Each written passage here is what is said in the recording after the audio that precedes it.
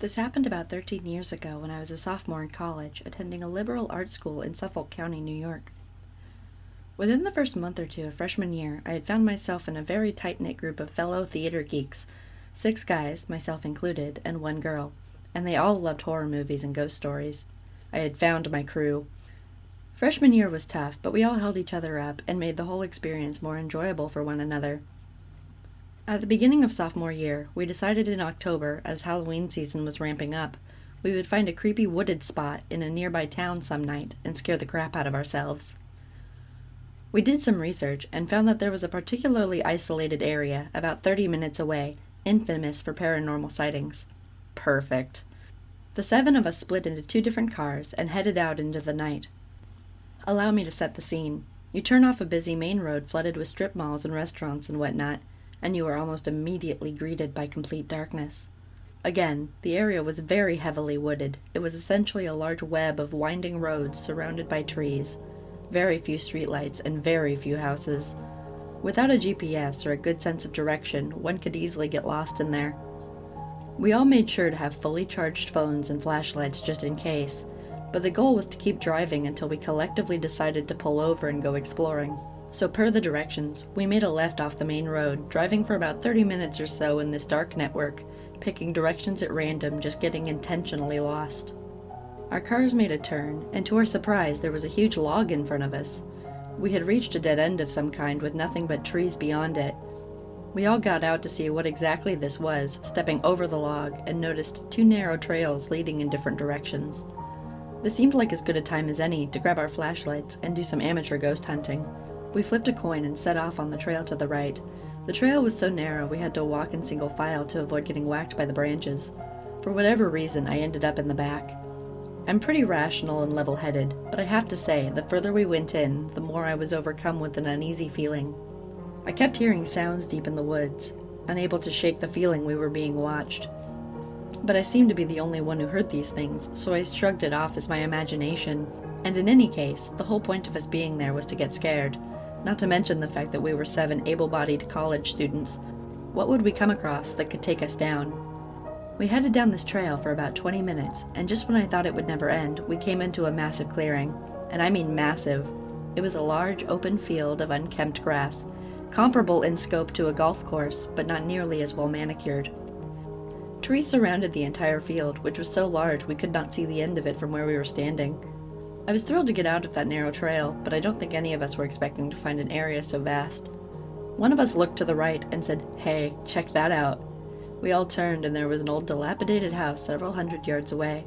The house was completely dark, with no cars or signs of anyone actually living there. We walked over and shined our flashlights at it, and sure enough, the windows and doors were all boarded up. I managed to peer between the boards of one of the windows, and what I could see inside was an old white couch covered in plastic, but an otherwise empty room. Whoever used to live here, they were long gone. Because there was no way in, and because we all felt sufficiently creeped out by the house anyway, we decided to walk closer to the trail we had come in from, have a seat in the field, and figure out where to go next.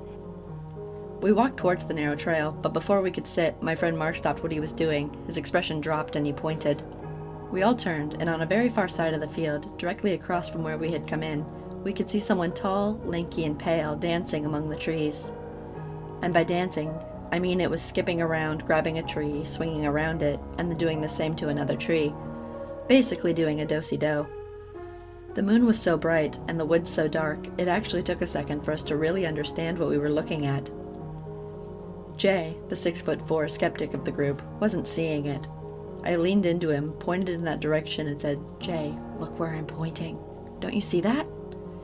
He squinted a bit, and the second he saw it, he gasped with everything he had, clutched my arm, and whispered, "What the fuck is that?" What happened next sent shockwaves through all of us. Whoever this was, they stopped dancing, looked in our direction, and started charging straight at us. Without even thinking, we freaked and ran back to the trail. Yet again, Jay was the only one who didn't see what was happening.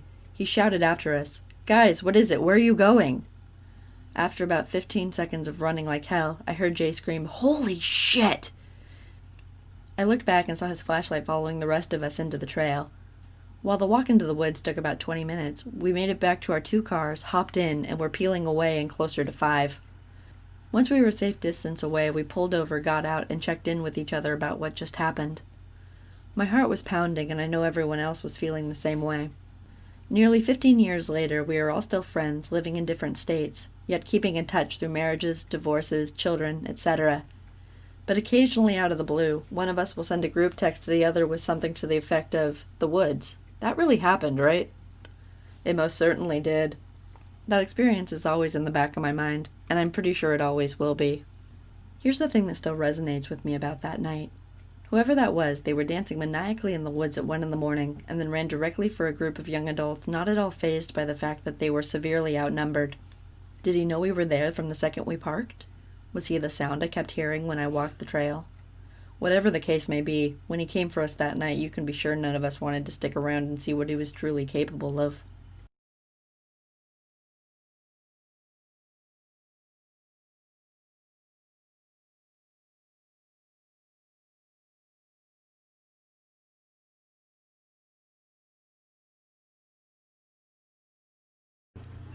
During my time in high school, things were rough, especially considering it was an all-boys school. Teachers were strict, physical punishment wasn't uncommon, and fights can get really physical. One kid I basically grew up with for 3 years in that school was named JB. Now, we weren't friends, but we spoke occasionally and had mutual friends. He always seemed not all there and had the weirdest conversations with himself that made no sense. Always creeped me out, but I never expressed my opinion to anyone. The day he got expelled was one of the wildest days to ever take place in that school. I wasn't there to see it, but I did see the aftermath of the fight when walking with a friend. I never got the full story, and everyone I spoke to about it had a different version. Since I saw the damage, I can say 3 possible stories were true. Either the fight was unprovoked and JB cut a guy deep with some sharp scissors, JB started having a mental breakdown and then cut the guy with some scissors, or JB and the guy were arguing and they started fighting, and that's when JB cut him. JB was expelled, police called, but he apparently ran off school property. Fast forward to 2016. I'm working for a family friend part-time until university starts up. Boss and I strike up a conversation, and he mentions the recent murders. I didn't know much, but apparently someone was going around caving people's heads in with bricks or cinder blocks.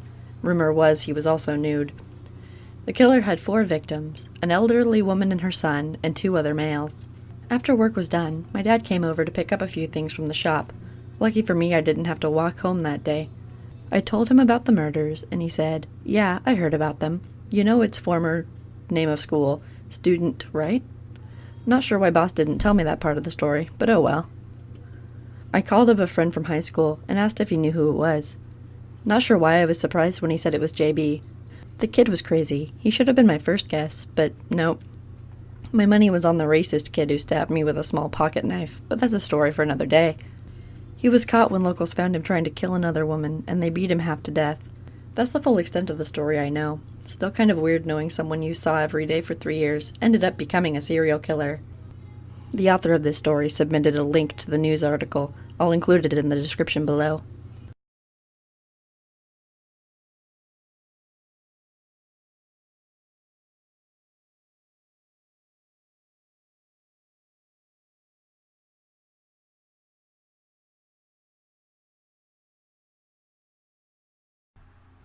I grew up in Ohio in the 70s, and me and my childhood friend Joe were outside all the time we could manage it. Joe lived on a farm that bordered a pretty big forest, and my parents would drop me off in the morning and we'd stay in the woods all weekend. We'd only come out for school. We loved pretending we were frontiersmen. We'd build shelters, traps, practice making fires with sticks, the whole 9 yards. When we got to be in high school, we got this notion to pull a Stand By Me. This was based on the movie of the same name that had just come out. The idea is that we'd walk on the railroad tracks out in the country, but instead of looking for a dead body, we'd find cool bridges to fish from, and camp a little ways off the tracks. Of course, we knew this was dangerous and we'd likely be trespassing, but we were kids. We had a lot of fun. We found beautiful rivers, we discovered bridges no one went to, we fished, we hid from trains. At night we camped in the woods just near the tracks and made small hidden fires. Nothing bad ever happened. It was idyllic. In fact, it was so fun we did it multiple times. Never had a problem. After high school, me and Joe went our own ways. We both left home, but always stayed in touch, and always tried to coordinate visits so we'd see each other occasionally. Well, one summer in the mid-90s, it worked out that we were both in town for about a week. We'd do stuff with family in the day, and at night we'd either catch drinks at the bar or sit outside Joe's house around a fire and talk about the old days. One night me and Joe got to talking about our Stand By Me trips. Well, nostalgia and beer are a hell of a mix.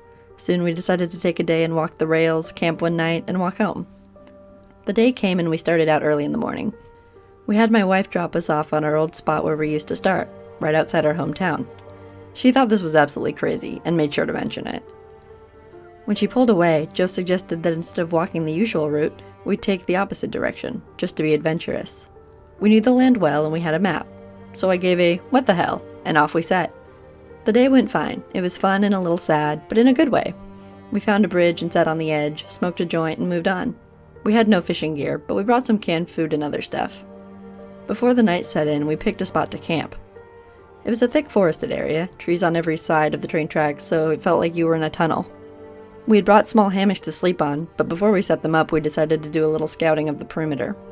Now this is what we used to do in the old days too. We'd walk the area around a little bit to make sure some dudes wasn't just over the hill, and we were actually camping in their yard. We walked maybe 100 or so feet into the woods, and up a small incline. We figured if we didn't see anything from on top this short hill, we'd be fine. But then we got to the top and saw an old building down at the bottom about 100 yards into the woods. It was barely visible. We pondered what to do. We both assumed it was a sugar shack or something, because it didn't appear to have a clear road to it. From where we were, there didn't look to be anyone in it either. All was quiet, no movement could be seen, no lights. We decided to walk a little closer just to make sure. We came down the hill very slowly, and as we neared the building, we saw it wasn't a sugar shack at all, it was an old church. It looked like it had been abandoned for years. It was a squat, sagging building whose wooden planks were almost black from years of moss and rot. A cross still stood on top of the place, also weathered black. None of the windows had glass and there were no doors, just open doorways. We got close enough to see inside. There were rows of pews and a built-up section in front for a preacher to stand. We didn't go all the way in, we didn't want to. Beyond all that, there were no sign of anyone else. No footprints, no paths, no roads. It was an abandoned church. We left immediately and went back up the hill to the spot where we had picked to camp. Having a hill between us and the church made us feel better, but we were still a little uneasy. We chalked it up to the natural creepiness seeing a church in the middle of the woods would elicit. Besides, at this point, it was dusk, and we just decided to rig up our hammocks, go to sleep, and move on early the next morning. Night set in, and we lay in our hammocks and shot the shit. We began to hear something in the direction of the church. Our conversation about it went a little like this. "Do you hear that? What the fuck is that? Sounds like people singing." And it did sound just like singing. We both slid right out of our hammocks and hunkered down, straining to hear more. We listened for a minute or two, and the singing continued, but it wasn't getting louder. Finally, we decided to creep back up the hill and see if we could spy on where the sound was coming from. We could still move very quietly in the woods from the old days. It was second nature to us. The moon was barely out, but it provided enough light so you wouldn't walk right into a tree. But it was near pitch black. We didn't use flashlights as we crept slowly up the hill, and we didn't talk. When we got to the top, we saw a light in the distance. It was coming from the church, and the singing was coming from inside. Joe and I put our heads together and had a hushed conversation that boiled down to, "Can you believe this shit?" The light looked to be candlelight from the way it flickered, and though we tried, we couldn't make out what was being sung. It sounded like church music, but in another language. We sat and watched for a while, trying to see who was in there, but we only saw the occasional shadow. We had no intention of getting closer either. We had about a football field length between us, and we aimed to keep it that way. The singing continued for a bit, and then it stopped. After that, a booming male voice began to chant. I was already freaked out by this, but the voice thoroughly scared the shit out of me. It sounded like some Old Testament preacher you see in movies, but again, it was like he was speaking in a different language because we couldn't understand a single word. Eventually it got to the point where the single male voice would say something, and then a bunch of voices would answer back in song. This lasted for a while, and then they all broke out into this long, sustained wail that kept getting louder. It got so loud and so disturbed that I covered my ears. And then it stopped. At this point I was just getting ready to say, "Let's get the fuck out of here," when Joe put a hand on my shoulder and hissed, "They're coming out!" We were far enough away that we couldn't make them out really well, but what we could see was a line of figures walk the opposite doorway, all holding hands in single file. We could see some of them had flashlights. They began to sing again, and the light from the flashlight began to move towards us and the hill. We booked it back down to our campsite, grabbed our shit, and ran for the tracks. Once there, we ran down the tracks in the direction we had come from. After a few minutes, we stopped and looked back. We saw lights coming down the hill. They were moving erratically, like whoever was holding them was shaking them. We continued to run in spurts and walk as fast as we could. We eventually stopped seeing the lights and came to a road. By our map, we knew a small town was about 15 minutes down it, and we walked there, got to a 24-hour gas station, and called my wife to come get us. My wife and other friends all just thought it was kids messing around, but I heard those voices, and they sure as hell didn't sound like kids to me. Not sure who those people were, but it was definitely the creepiest thing that happened to me out in the woods.